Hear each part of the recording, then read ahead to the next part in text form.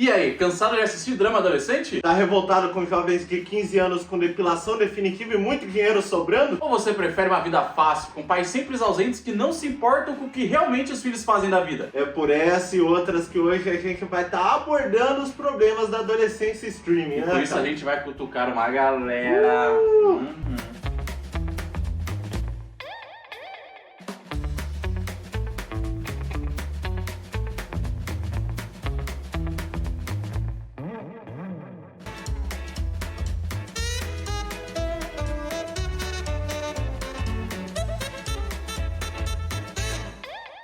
Sejam bem-vindos à apresentação do nosso quadro Pausa pro Café. Esse espaço que a gente criou para abordar o cinema e outras produções do audiovisual com um pouquinho de reflexão. E a cada mês vai saindo ou sendo anunciado pelo menos 3 produções parecidas. E com isso acaba passando despercebido o que é feito de maneira porca e os inúmeros furos deixados nesses roteiros. Exatamente. E como as produções cinematográficas são uma expressão de arte muito presente nas nossas rotinas, elas acabam tendo um importante papel, que acaba indo além do entretenimento. Por estarmos sempre em contato com as obras no dia a dia, é inegável que existe uma influência delas em nossas vidas. Por isso, é importante olharmos de forma crítica de vez em quando e reconhecer que essas produções também possuem uma certa responsabilidade com seus temas. Foi baseado nessa ideia que nós produzimos esse vídeo aqui, justamente para refletir sobre a forma como os adolescentes surgem nessas produções e qual o problema dessas representações. Seja lá o que a Hannah achou que viu, ela mentiu sobre isso naquelas fitas porque ela era uma maluca e só se matou para chamar atenção. Mas antes mesmo de começarmos, é importante deixar claro que esse é o nosso primeiro vídeo, portanto ainda vai ter alguns errinhos que serão ajustados com o tempo. Além disso, nossas postagens não vão seguir uma ordem lógica não, podendo variar conforme o tema, às vezes abordando temas mais sensíveis e outras algo mais tranquilo de se engolir. É claro, tudo da forma mais dinâmica possível e com aquela zoeirinha costumeira, porque de cansativo basta a vida, né, mano? Exatamente. Os quadros aqui terão conteúdos variados, então se acostume com trocas de temas de forma aleatória. Vamos apresentar o que vir na nossa cabeça e vocês que lutem. E pra estrear, por que não pegar a carne de quem passa um tempo nos catálogos das streamings? Cafezinho, mal? Lógico.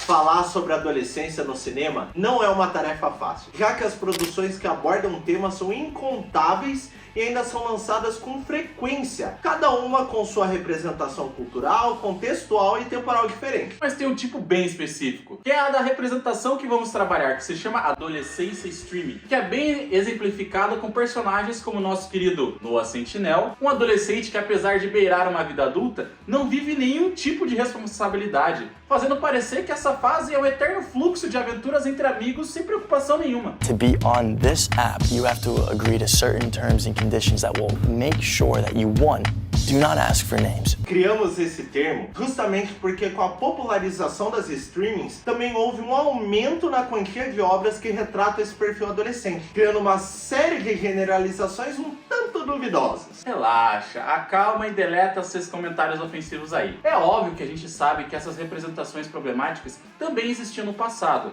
e o saudosismo aqui não é uma opção. Optamos por obras mais atuais, porque hoje é muito fácil ter acesso a elas. Consecutivamente e consequentemente, é mais fácil que os adolescentes se inspirem nesses conteúdos, mas vamos com calma. Quando falamos sobre adolescência, costumamos ter uma imagem pronta na cabeça, geralmente construída com um estereótipo bem específico. Mas na prática, abordar esse momento do desenvolvimento pode ser um pouco mais complexo do que parece. Na maioria das vezes, os filmes e séries subestimam essa fase, generalizando e simplificando tudo aquilo que pertence a ela. As consequências são representações rasas, que desconsideram a maturidade do público-alvo e que acabam até se tornando problemáticas em alguns casos. Hannah, eu não vou sair. Nem agora. Nem nunca. Por que não disse isso pra mim quando eu tava viva? Então, é daí que surgem as incontáveis produções multifacetadas, algumas colocando adultos para atuar como adolescentes. E aí, caprichou no discurso? Vai ser a maior choradeira. Você vai ver. E outras colocando adolescentes reais em papéis infantilizados. Chegou bem na hora, acho que meu pão caseiro já deve estar até pronto. Não fazendo uma relação adequada entre a idade dos seus personagens e a cabeça que deveriam ter. Tudo isso até chegarmos em um momento onde as produtoras se permitem colocar os jovens dessa idade no papel condizente com a fase, se aproximando mais da realidade. Quer dizer, nem sempre, né? Por causa da quantidade cavalar de títulos e obras sobre o assunto, a gente vai primeiro entender o que é um adolescente segundo a psicologia, para daí podermos comparar com o conteúdo trazido pelos audiovisuais. Assim, você que está sentado aí vai entender com facilidade o que poderia, deveria ser e o que as produções trazem no final das contas. Ó, segundo a psicologia do desenvolvimento, a adolescência comporta o período entre os 11 e os 20 anos e é uma fase lotada de muitos acontecimentos importantíssimos para a nossa formação. Vai ser nela que iniciamos uma busca por identidade, entramos na puberdade, nos relacionamos e identificamos com grupos e até mesmo possuímos uma relação mais ativa com a sociedade à nossa volta. Tudo isso acompanhado de muito egocentrismo, que na maioria das vezes é involuntário, e muitas crises emocionais. You okay, Kat? No! Yes! Fuck it! I am in love with Nate Jacobs and he is in love with me!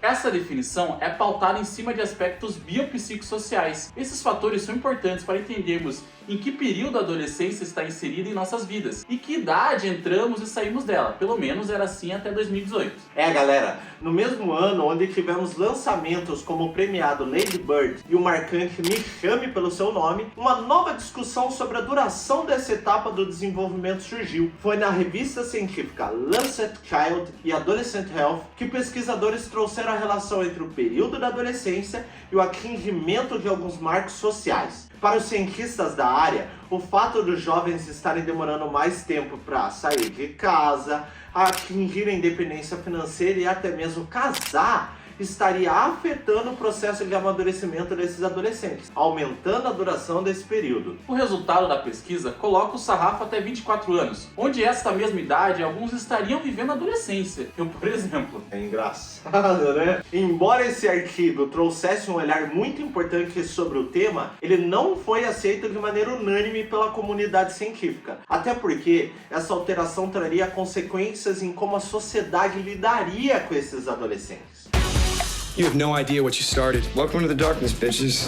Sorry my ball just got in your face. They're so huge and hard to hold. Só para vocês terem uma noção, se a gente passasse a considerar essa definição, aquelas pessoas que estão saindo da faculdade, entrando no mercado de trabalho e assumindo responsabilidades de maior peso na sociedade, ainda seriam vistos como adolescentes, o que acabaria infantilizando o papel desses adultos e abrindo portas para comportamentos imaturos partindo dessa galera. You're never gonna trust me.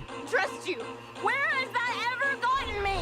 Essa definição ainda vai gerar uns problemas a mais, tipo a concepção apropriada de adolescência tardia, onde o indivíduo continua agindo de forma imatura na vida adulta, algo que já está sendo encarado por alguns profissionais só como uma fase normal. O problema é a confusão que isso pode causar, já que essas atitudes imaturas podem gerar bastante estresse e conflito na vida adulta. You hurt me and I can't forgive you. Tessa, I want another chance. De qualquer forma, galera, não é a nossa pretensão debater o conceito. A gente está citando para que todo mundo aí possa se localizar sobre o assunto, entender o que é ou não pertencente a esse momento. Mas o mais importante, queremos pontuar para vocês o que nós levaremos em consideração para o nosso vídeo. Iremos considerar obras que os personagens principais estão entre seus 14 a 20 anos, onde as questões da série façam parte da temática adolescente. Nessa brincadeira, galera, vamos abordar muitos materiais diferentes. Assim, é importante ressaltar que tudo será dito é nossa opinião. Por mais que às vezes gostamos de falar mais mal do que bem de certas produções, é importante entender que sempre existem os pontos positivos e negativos de qualquer coisa. Exatamente. E para tornar nosso vídeo possível, vamos precisar ignorar um pouco os fatos ficcionais de algumas obras, já que cada produção é uma reinterpretação da realidade e possui suas regras e lógicas. Contudo, se mesmo ficcional, ela busca representar dramas e situações reais, é justo que a gente levante certa comparação àquilo que vivemos e observamos no dia a dia. A gente sabe que tem outras plataformas e obras que fazem um trabalho melhor nesse sentido, mas aqui a ideia é comentar sobre aquelas produções que não chegam nesse nível. O termo adolescência stream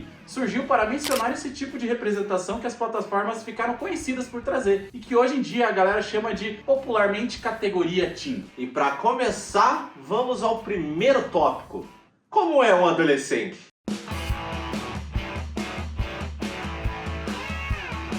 Era o início dos anos 2000, você ligava a TV no canal certo e vinha a pedrada.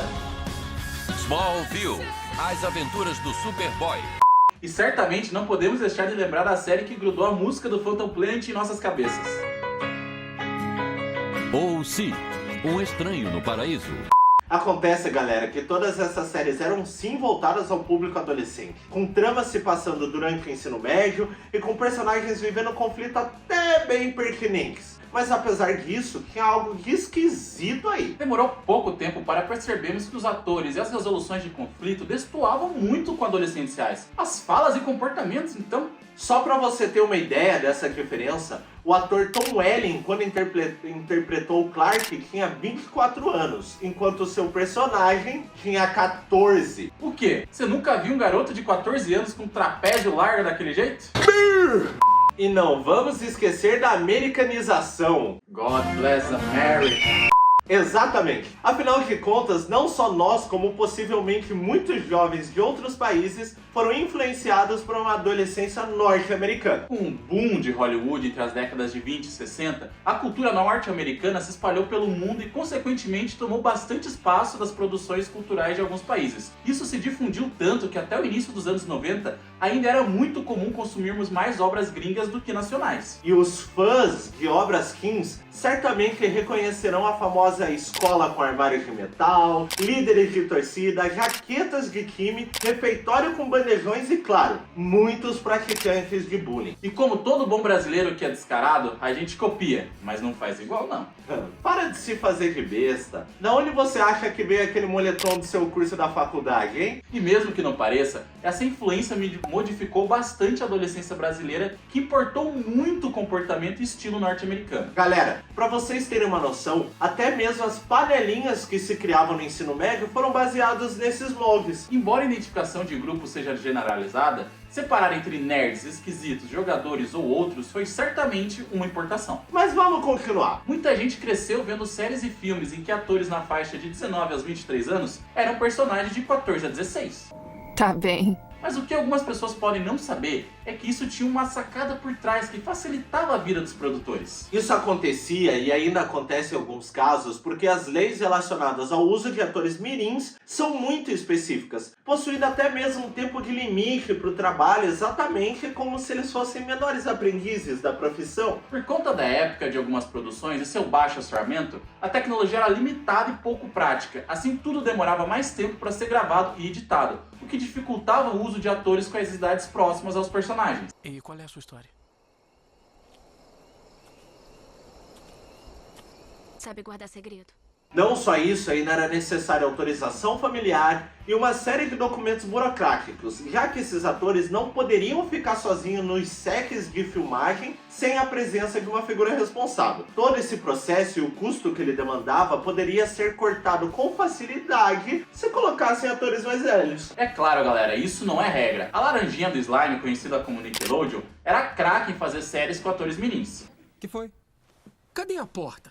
A diferença aqui é que a proposta da produtora era voltada para algo mais infanto-juvenil, com poucas obras focando em conflitos com carga emocional muito séria. Na maioria das séries, tudo era realizado com bastante humor, o que aliviava até os temas mais complexos. Ainda tinha uns dramas e conflitos interessantes, mas quase sempre naquele tom bem humorado. Como é que ele pode pegar o carro e me deixar largado aqui? Se eu for de bicicleta, eu devo chegar lá em... De bicicleta não dá. Por quê? Drake atropelou ela ontem. Ah, não!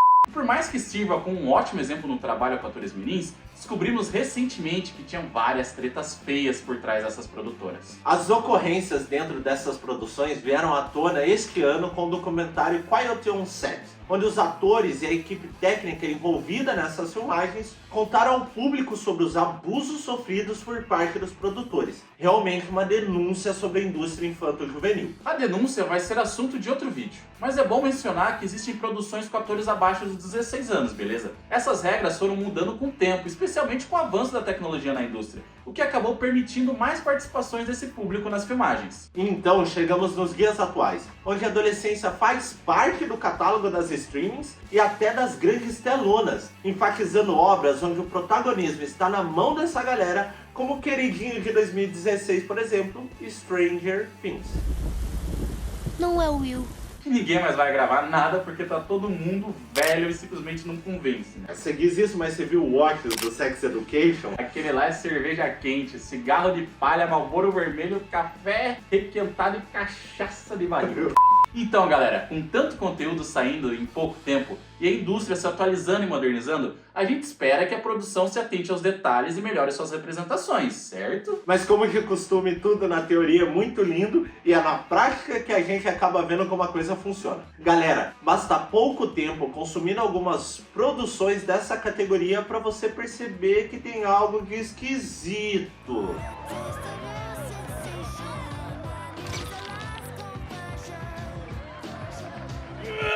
Que bodybuilder, porra!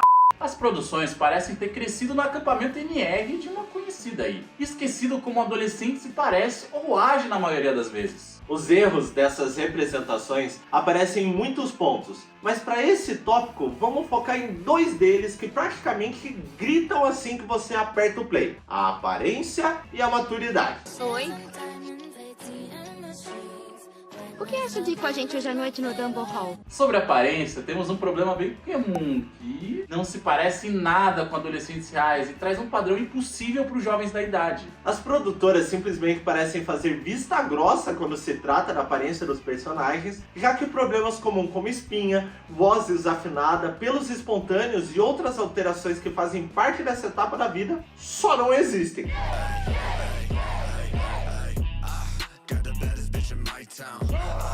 Corpos sarados, maquiagem sempre presente e perfeita, estudante com a roupa alinhada na régua e nenhuma marca de acne no rosto. Tá lá, na maioria dessas obras. As streamers parecem ter esquecido que um corpo de adolescente é uma sopa de hormônios. Galera, a gente não tá aqui pra se fazer de besta. É óbvio que um dos motivadores é a atuação, já que é mais difícil encontrar adolescentes que consigam sustentar papéis complexos e de longa duração. Contudo, o difícil não significa impossível. Mesmo que essa seleção seja um problema, não dá pra entender porque os produtores continuam escolhendo adultos bombados. Fica super esquisito, principalmente quando The Rock é escalado pra ser o Enzo do segundo B. Um dos exemplos desse vacilo nada sutil é a série Elite de 2018, onde os personagens depilam o braço. Também podemos aproveitá-las para aprender.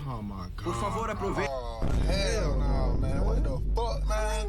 E não vem com esse papo que o pelo é claro não, porque uma galera que tá ali é castanho. Ser algo parecido com o real já não parece uma preocupação. Ainda temos cenários e figurinos desmentindo a adolescência, adultizando ainda mais o personagem. Ou vai dizer que esse desfile de moda aí era liberado na escola? E é sobre isso o trabalho que vocês vão fazer em duplas.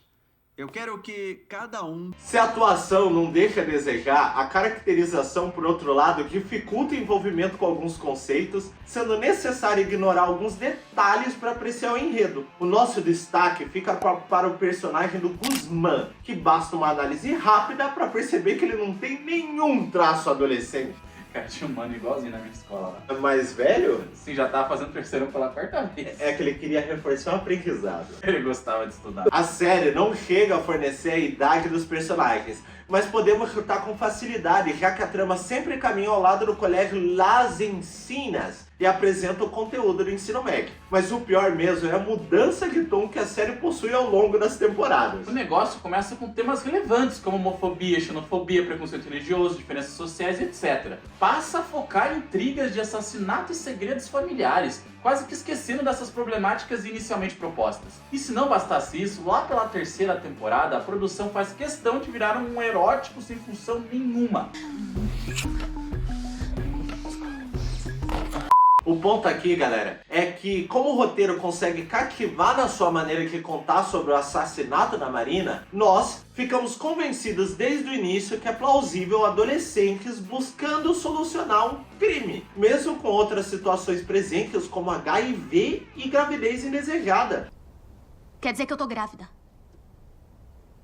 Marina, por favor, me diz que não é verdade. O que nos leva a acompanhar a história, mesmo estranhando o fluxo dos acontecimentos. Se os personagens fossem mais velhos, a forma como a série se desenrola não seria um problema. Mas como são adolescentes, ignorar a sensibilidade emocional é algo que foge à realidade, jogando para escanteio impactos emocionais. Eu mesmo teria chorado umas 3 vezes. Não é novidade que adolescentes são extremamente reativos emocionalmente, o que leva a uma série de situações de descontrole e conflito com os próprios sentimentos, parte comum desse período do desenvolvimento. Contudo, as produções parecem se desfazer desses momentos, já que até mesmo os personagens mais afetados pelas tramas apresentam controle e afirmatividade emocional extremamente desenvolvido. Se a idade realmente tivesse funcionalidade e peso na história, o sentimento estaria muito mais presente, com crises e conflitos, tratando essas situações com seus devidos detalhes, já que é uma característica forte na vida de qualquer adolescente. E claro, sabemos que existem exceções à regra. Um exemplo são alguns adolescentes que amadurecem mais rápido que os demais e que acabam assumindo responsabilidades de peso antes do tempo. O ponto é, mesmo que essas situações sejam parte do cotidiano, isso não significa que elas existam sem consequências. Tais acontecimentos vão de alguma forma modificar a vida desses jovens. Dessa forma, galera, é muito difícil engolir que diante de assassinato, morte de parentes próximos e outros conflitos, a maioria dos personagens teria tanta maturidade emocional para seguir em frente, ou até mesmo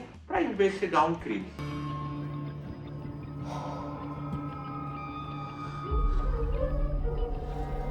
Os streamings esquecem o quão complexo e conflituoso pode ser a vida emocional e rotineira de um adolescente, sempre com resoluções fáceis, como se superar a ex fosse questão de jogar fora as coisas que ela te deu, e isso passasse logo depois do descarte, sabe? Mas se já não é o suficiente, que tal falarmos de produções onde a maioria dos problemas tem um peso duvidoso? A famosa e renomada versão americana de Euphoria não nos deixa mentir, já que na sua primeira temporada alguns acontecimentos parecem passar despercebidos pela própria trama. Um exemplo perfeito ocorre logo no início, quando a mãe de Rue deixa claro que a filha perdeu o direito à sua liberdade logo depois de ter sofrido uma overdose. O problema, galera, é que essa frase parece ser soprada ao vento, já que não muda em nada os acontecimentos seguintes, com a protagonista saindo de casa pouco tempo depois.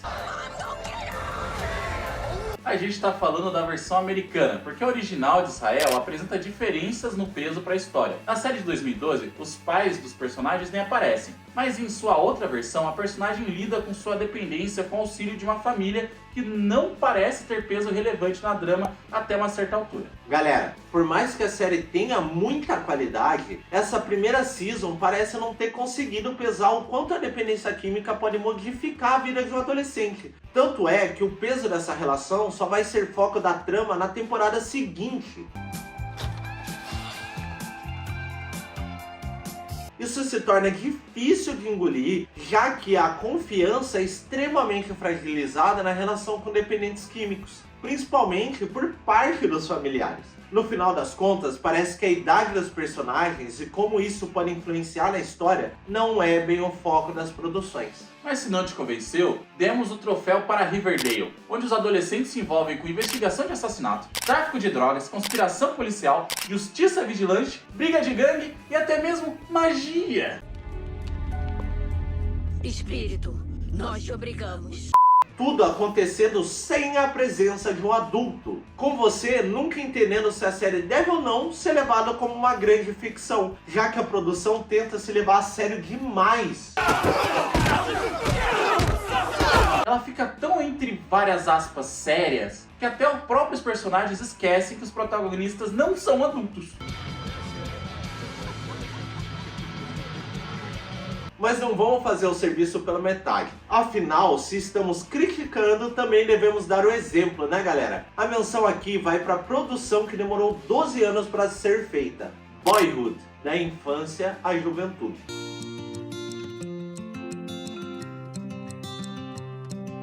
Um dos filmes mais longos já produzidos mostra a jornada de Mason, desde a infância até os 18 anos. A produção capricha ao mostrar a adolescência de forma íntima, nos aproximando da estabilidade emocional e das mudanças em que o adolescente enfrenta.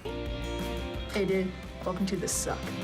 Outra sugestão é o drama finlandês Stupid Young Heart, que mostra a crise de um casal adolescente ao descobrir uma gravidez indesejada. Uma trama que valoriza o impacto que uma notícia dessas pode trazer para a vida de um adolescente e suas famílias. É difícil de achar, mas certamente vale o seu tempo. Vittu! Perse on ihan valtava. Mä oon joku lyllertävä no. No final, o saldo negativo vai para as streamings e as produções com o mesmo tom. Afinal, corpos sarados, maturidade coerente com a idade e problemas que se resolvem com facilidade não parecem combinar muito com a adolescência. Próximo tópico, livres e inconsequentes.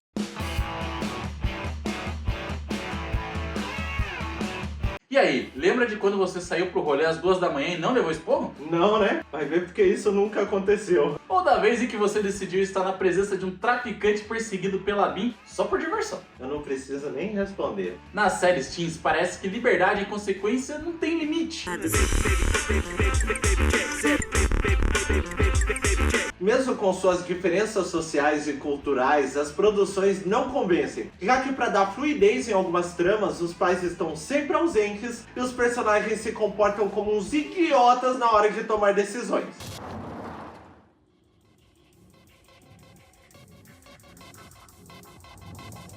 Lembra de Skins de 2008? Era uma série referente quando se fala de série para adolescentes. Nossa, eu cansei de reassistir Skins, cara. Por isso que você tá desse jeito, né? A história envolvia um grupo de adolescentes na Inglaterra passando por suas diversas crises e conflitos enquanto finalizavam o ensino médio. A série chega a tratar sobre negligência familiar, que é um assunto muito da hora. Mas a autoridade parental ou autoridades de qualquer adulto parece não existir. Até parece que nessa época os pais não deitavam a galera na porrada pra não sair de casa. A falta dessas figuras paternas e de autoridade chegam até a se tornar absurdas ou questionáveis em algum momento. Um exemplo perfeito é o relacionamento escondido entre o Chris e a professora Angie, que mesmo que alguns personagens evidenciem o quão errado isso é, o namoro acaba fluindo durante a trama, só se encerrando lá na segunda temporada. Something about a hero, Chris's. A man called Captain Joe Katinga. Além disso, não dá pra esquecer das várias festas que rolam durante a série e que nunca parece ter consequência nenhuma pros protagonistas. Tipo a Michelle na primeira temporada, arruma uma guerra de comida na casa dos pais, suja o lugar inteiro, mas o máximo que rola é uma gritariazinha.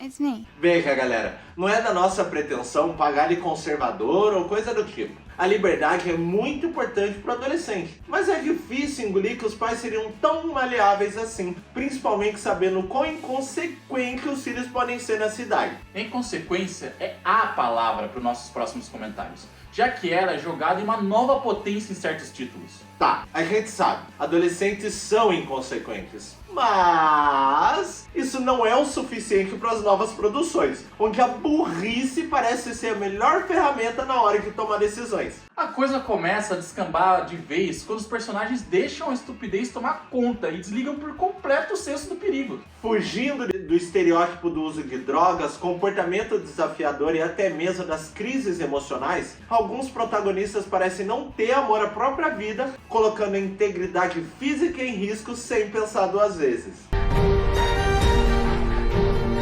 Getting the money is not the problem, Harry. I don't know what I'm gonna have to do to get it. O destaque vai para o longa Garota Sem Rumo, protagonizada pela Anne Hathaway e Bijou Phillips, onde os personagens procuram diversão e adrenalina indo atrás do quê? Do quê? Do quê? Do quê? Do quê? Claro que de gangues de rua relacionadas ao tráfico. E aí, estão pedindo uma balada com a gente? Oh my God! Uau! Afinal de contas, o que poderia dar errado, né? Não é porque a inconsequência faz parte da vida que o adolescente necessariamente desliga seu amor próprio pela vida. Claro, eles vão se meter em enrascada? Sim, certamente. Mas nem por isso botar a mão no fogo por prazer se torna plausível. E quando falamos sobre consequências, existem obras de peso para dar um exemplo dessa relação na vida dos adolescentes. Como o filme de 1995, que deixou muita gente traumatizada. Kids, uma produção que aborda as consequências na vida de um adolescente de uma forma super crua ao ponto de incomodar o telespectador. Pra quem não sabe, Larry Clark é conhecido por trabalhar com a adolescência com frieza. E aqui ele praticamente apresenta toda a violência, negligência e inconsequência que existia para esses jovens nos anos 90.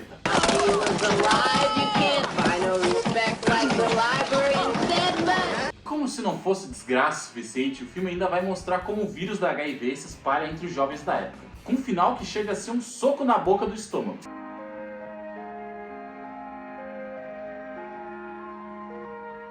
No final das contas, galera, essa maneira fútil de trabalhar a relação entre os adolescentes, sua liberdade e as consequências que podem surgir a partir dessas interações é um vacilo das produtoras, já que podem incentivar essa galera a assumir riscos sem pesar resultados. Com todos os conflitos emocionais rolando nessa fase, é difícil dizer se a gente realmente consegue entender completamente o impacto de algumas escolhas da vida. Então é válido considerar que só talvez não seja uma boa ideia mostrar a inconsequência como algo que vale a pena. Opa. Desculpa parar seu vídeo na metade. Mas acontece que o roteirista do canal... Que é você? Ninguém precisa saber disso. Acontece que o roteirista do canal esqueceu que a gente é um canal em crescimento e que vídeos muito longos não entregam bem na plataforma. Por isso, eu tô aqui dizendo pra você que a gente vai fazer a parte 2, né, desse conteúdo. Mas calma, não fique chateado. Eu sei que você vai passar horas a fio essa semana no TikTok e Instagram, então não tem problema. Aliás, curta, comente e compartilhe esse vídeo. Agora a curtida no YouTube tá valendo muito a pena. E vem aqui apoiar o nosso projeto, só se inscrever ali embaixo. Enquanto você se inscreve, eu vou ficar aqui tomando meu suquinho de caixinha, tá? Então, é isso. Obrigado por estar presente e nos encontramos na parte 2.